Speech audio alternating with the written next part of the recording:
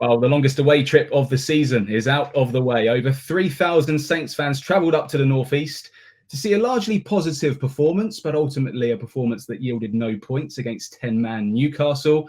Individual errors and missed chances proved costly in the 1-0 defeat, despite Saints having 78% possession and a total of 19 shots. Now, Steve, let's start with you. No one expected Saints to get anything yesterday, but the way the game went, do you think it's a big opportunity missed? Yes, I think so. But also kind of a brutal sort of welcome back in many ways, because, yeah, you can play as well as we did for kind of 95% of kind of all aspects of the game. But if you switch off at that one moment, good teams will punish you. And Newcastle are a good team. Didn't really show it yesterday, but that's because we played so well, I think, for the most part. And yeah, I mean, they've got two 50 million plus forwards in Joe Linton and Alexander Isak, and we presented the ball to one, and he passed it to the other one, and he scored. And that ultimately was the difference in the game, unfortunately. But yeah, I thought we were excellent, and as you say, it was a bit of a surprise. I think we all expected Newcastle to kind of come fast out of the traps as they'd done this time last year and battered Aston Villa, who ended up finishing fourth. And for them to have sort of engaged in the frankly embarrassing time wasting tactics, even when the game was 11 against 11, in a game against newly promoted side who weren't expected to be any good at all. Yeah, I think there's an awful lot of credit due. A lot of the sort of new arrivals, any new arrival that played in the game slotted in quite nicely, I thought. Sugawara was excellent in the first half. Brereton Diaz was heavily involved first half, faded a bit in the second when we moved him more centrally. But we created chances, and I think this is the one area where we do have a little bit more control over our own destiny, in that we created chances and didn't take them. And against good sides, you're not going to get that many chances. Certainly nowhere near as many as we created last season. So to have not, I mean, Nick Pope's had one proper save to make, really, over the course of the 90 plus minutes. So it's disappointing not to have got on the score sheet and got a point which would have been deserved. But certainly a lot more positivity than I think we would have had this time last week. So yeah, not an unreasonable start, I think. Yeah, looking at the predictions from you guys last week, there was a 4-0 in there, there was a 3-0 in there. So were Saints better, Glen? I think we were better than we expected to be. Well, certainly than we expected them to be. I don't think Russell Martin was particularly surprised by how well we played. He was a lot more confident than I think most of the fan base going into the game. And yeah, I largely agree with what Steve said. We played well in that. We didn't get steamrolled. We did keep possession of the ball. We made them look quite ordinary when it was 11 against 11. You've got to kind of analyse the game in 2 or even 3 bits. I mean, when it was 11v11, we were pretty good. And there is definitely an argument to say that if it had stayed 11v11, we'd have probably had a better chance of actually getting something from the game. The way that first sort of like half hour panned out. I mean, they may have done better in the second half when they brought subs on. So you can't really say, but we obviously killed ourselves. So once they went down to 10, we the last thing you can do is throw a goal away, which of course is what we did, and that meant they didn't have to attack, and that put all the sort of like onus on us. So yeah, to create something, and that's the part of the game that we haven't quite sussed yet. We were solid, but yeah, I mean, I was not confident we were going to score in the second half. So whilst we played well in terms of dominating, and it was one of those Russell Martin games where you have a lot of possession, but don't really stretch the opposition enough. Yeah, that one save that Steve has mentioned, that was the only time Nick Pope actually had to make a save where he couldn't catch the ball and then flop on the ground for 2 minutes before starting the game again. So it would have been nice to have worked him a little bit harder. So we had the Armstrong shot, that one I'm talking about, and the sort of double effort where Armstrong scuffed one and then Burton Diaz had one blocked. And there was the one in the first half where Sugawara put over. That was an absolutely brilliant cross that he dug out from sort of like the right corner, and Burton Diaz unfortunately had a 50p head moment, which it would have been perfect if that had gone in. So I think it was. I'm not going to come out and say it was a brilliant performance, because there were certainly things that we could have done better in that second half, but it was a lot better than I think we had a right to expect us to be. The stats show that Saints dominated in every department, but should we be really positive about that, or was that just a result of the red card? What are you taking from the game? Yeah, well, I think Glen's right to say that you analyse the game in two halves and not the 45-minute sections. I'm really encouraged and positive about it, because the first 30 minutes where it was 11v11, Saints, I did think, were slightly the better team. I thought they weathered a relatively early storm with some good defending from Jan Bednarek, particularly, and Jack Stevens as well. And then they were creating chances. I mean, obviously they had the disallowed goal, which is a really good move between Will Smallbone and Joe Rebo. And they played positive. They did what they wanted to do in terms of playing out from the back. I thought Alex McCarthy, actually, up until the goal, was excellent with it. So there were positive signs. It did change the game completely. The one thing that Russell Martin saw, that it changed the game, and he felt that it made their team for 10 minutes take the foot off the gas. And he was actually quite disappointed about that. Obviously, he was doing it. He was saying that to try and defend the obvious individual error, which is Alex McCarthy, unfortunately, playing the ball straight to the striker for the goal a minute before half time. But he felt that they dropped their intensity a little bit. They stepped off the gas. And if you actually look at the stats, they were pressing less. They were making sort of defensive actions in the second half, in the final half of the pitch less. But then obviously the result of that is they tire. I think they started doing long balls from about 60 minutes onwards. That was the only thing Newcastle were doing, was just pumping the ball up and trying to use the pace. So yeah, the statistics looked that way because of that. And it's not like they're going to go, if they did that game again 11-11, they're not going to have 79% of the ball, 19 shots.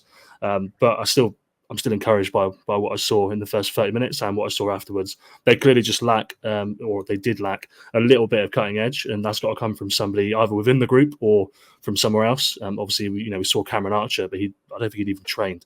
If he had, it was one session, so I don't think you can really take much from what he did. But he'll offer something, hopefully. But yeah, Ben Brereton Diaz and Adam Armstrong, they need to find some goals between them. I think they will, but that's probably the only thing that was missing. Yeah, I mean, Steve, Russell Martin was keen to defend Alex McCarthy afterwards, wasn't he? Let's talk about that error that he made. Judging by pre-season, wasn't really a surprise from what we saw from McCarthy, was it, yesterday? No, I mean we mentioned it last week, didn't we? That those two home games against Lazio and Getafe, he'd presented the ball to the opposition in both of those games, but got away with it because we had enough bodies back defending to deal with it. But yeah, we didn't have an opportunity to do so here, because ultimately you're against a better quality opposition, and because of the positioning of where, say, Stevens was, for example, he was out wide, so he couldn't affect the play once the ball fell to Isak. And it was interesting, looking back at the replay, I think Harwood Bellis, I think there's something to work on there from a technique perspective when you are the guy that's straight in front of an attacker in that situation, because it kind of looked as if, obviously he's kind of thrown himself in a shape to try and make a block, but actually all he's achieved is make himself narrower. It's a really strange look. If you watch it back, actually it kind of tells Joe Linton where to put the ball. McCarthy's never going to get there because he's obviously blindsided by the defender in the way, and obviously had the whole of the goal to get across in the first place. But yeah, obviously it's frustrating when something like that happens, and we've kind of almost all seen it coming. But But I kind of thought, and I think this is kind of where Martin is coming from, in that the ball didn't really need to go backwards at that point. We were kind of in possession, not looking too concerned, and then all of a sudden we've had a throw in on the near side as the cameras look at it, and we've just rushed it. We don't like. There was a lot of time, like second half, it kind of made sense for us to be kind of trying to get the ball back in play as much as possible to tire the Newcastle defence out. But certainly in the first half, it felt like that wasn't really necessary. I mean, I get we wanted to play a high tempo, but I think you've got to have an element of pragmatism in playing the situation, especially the way the crowd had got whipped up with the sort of red cards. I mean, controversy in inverted commas, because I mean, from my perspective, there is no controversy. But yeah, when you've got 50,000 people baying like that, just settle the game down. Just get them quiet again, and see it through to half time, and then you can formulate a plan for how we're going to break them down in the second half. But problem was, you then give them something to cling on to.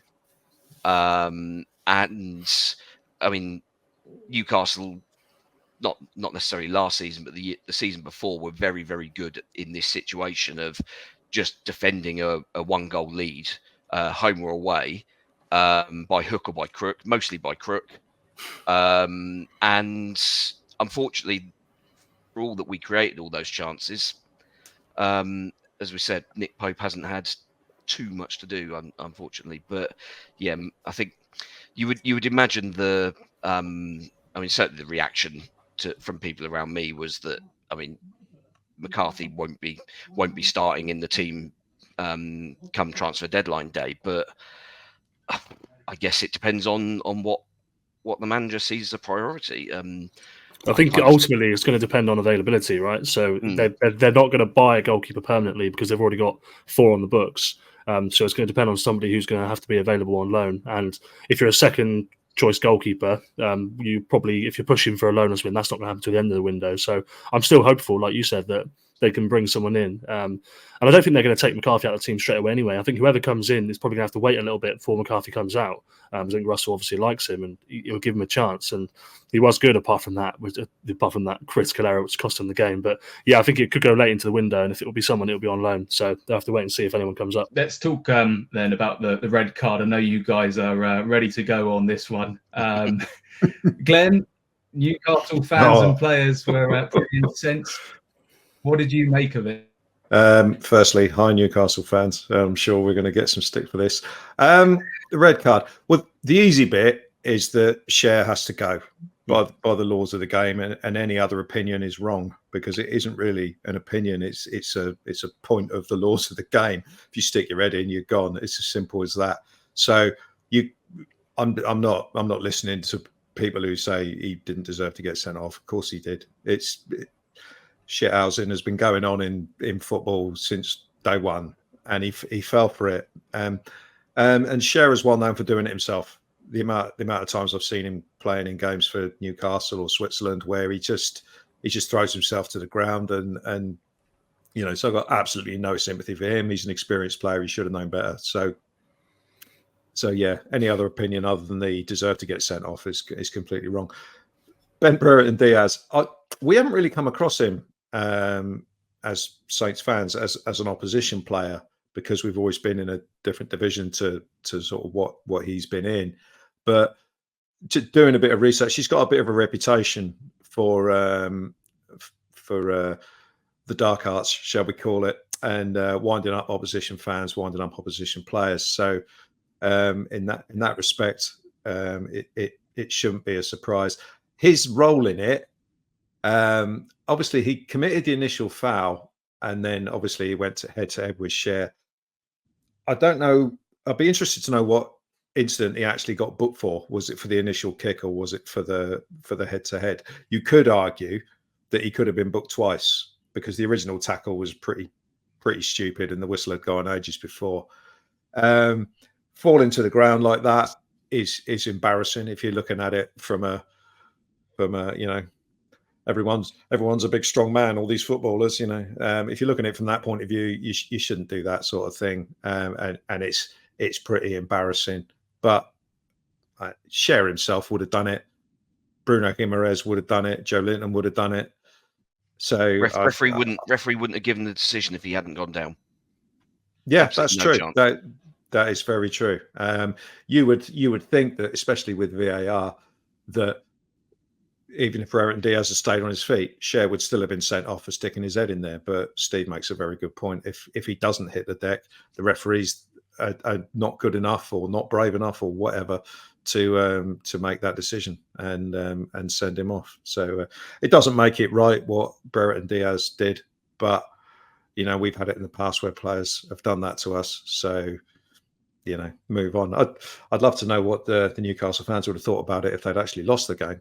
But ultimately, the red card, it certainly didn't do us. It should have been a good thing for us. But when we chucked the goal in our own net 5 minutes later, it wasn't a good thing for us anymore because, then Newcastle had no intention, had no need, no inclination to attack anymore. And they could just sit. Because if they'd had 10 men and it had still been 0-0, they still would have had one eye on trying to win the game, which may have opened up more space for us. But as it was, once we threw the goal in, it kind of really, I think it helped them, galvanised the crowd. Brereton Diaz actually didn't react terribly well to all the stick he was getting, and he disappeared, which may have been partly to do with that, may have been partly to do with, as Steve said, when he got moved to a position that probably didn't suit him as well. So overall, it's just one of those incidents where it's happened. You could argue whether it helped us or hindered us at the end of the day. But, we should have made more of it. But the main reason we didn't is because of the stupid goal we let in.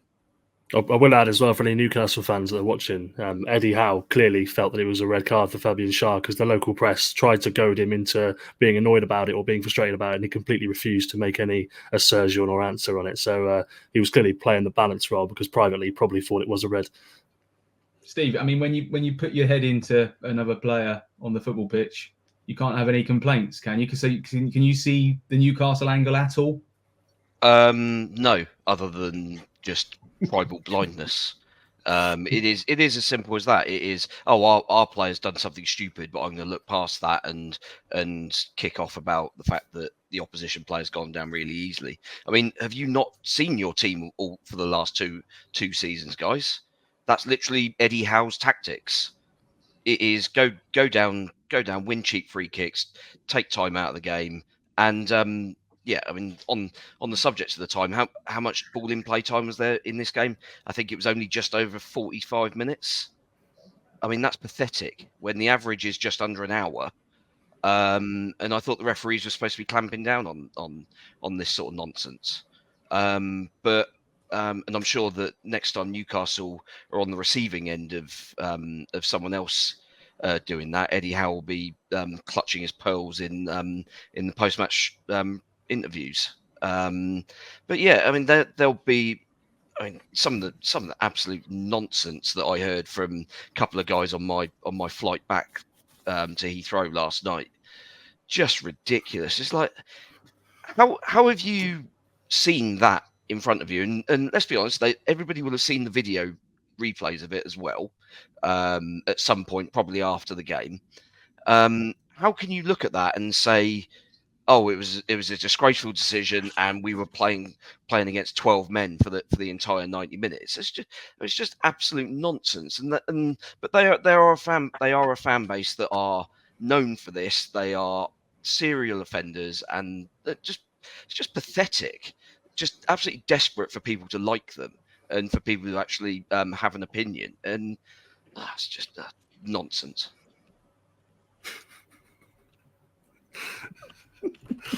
Nice. What about player of the week, guys? Should we wrap up the Newcastle review? Let's start with you, Alfie. I mean, if you had to pick a player from the performance, Aribo played pretty well. Smallbone, Downs. Who is it for you?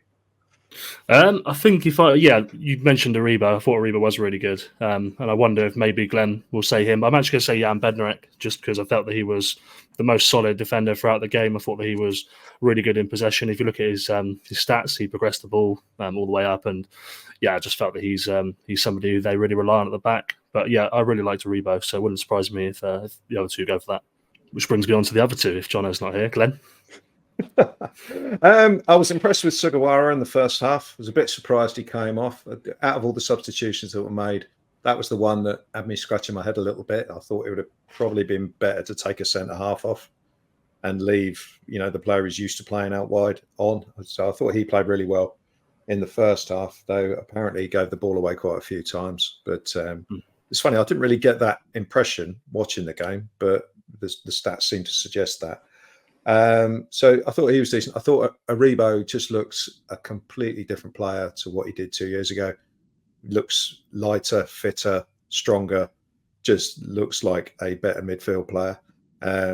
Maybe he, and we're going to get onto this later on. Maybe he's aware of the new incomings that are going to be after his place in the team. So that people in that midfield have got to step up. I thought he did, and answered.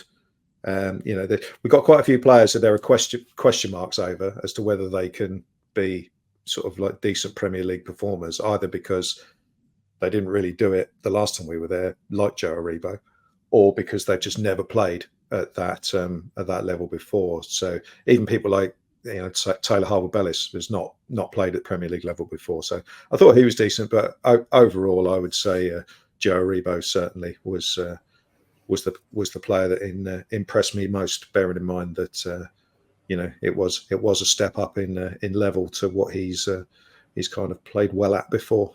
Yeah, I think that's the point, isn't it, Glenn? Because I think anyone who watched pre-season, it saw basically the same Joe Aribo and the same performances that we saw on Saturday, but it is just a totally different level. So for him to translate that to the Premier League, but I'm not surprised by it. I thought he looks fit. He looks ridiculously strong all through the summer.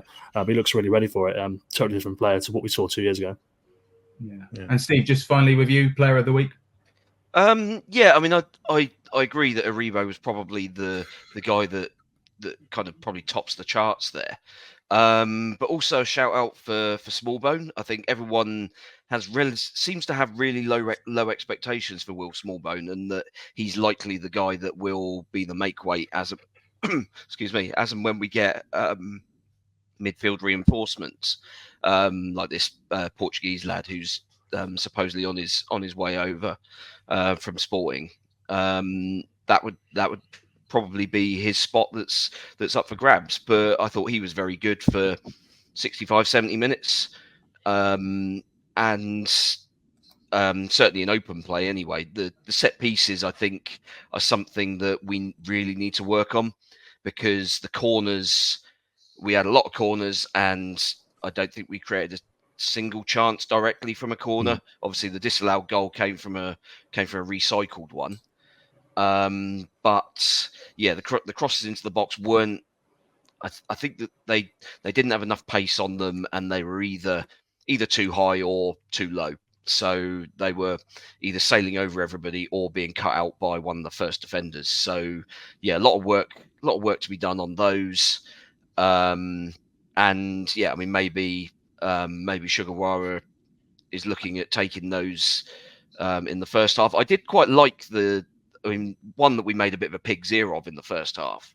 But I liked the idea of it, was the one where we played it sideways for Aribo, and then he tried to play one round the corner, but just got the pass wrong. And actually the pass from Smallbone was a little bit behind him as well. So it was a nice idea. And actually, if Aribo had not made the run towards and actually just stayed put on the edge of the area, I think the ball might have fallen for him for a clear shot. But that was one thing in the first half, wasn't it? That we just didn't shoot enough. Much more willing second half. But yeah, I think Smallbone was better than everyone expected. But yeah, I agree that Aribo was top of the shop, I think.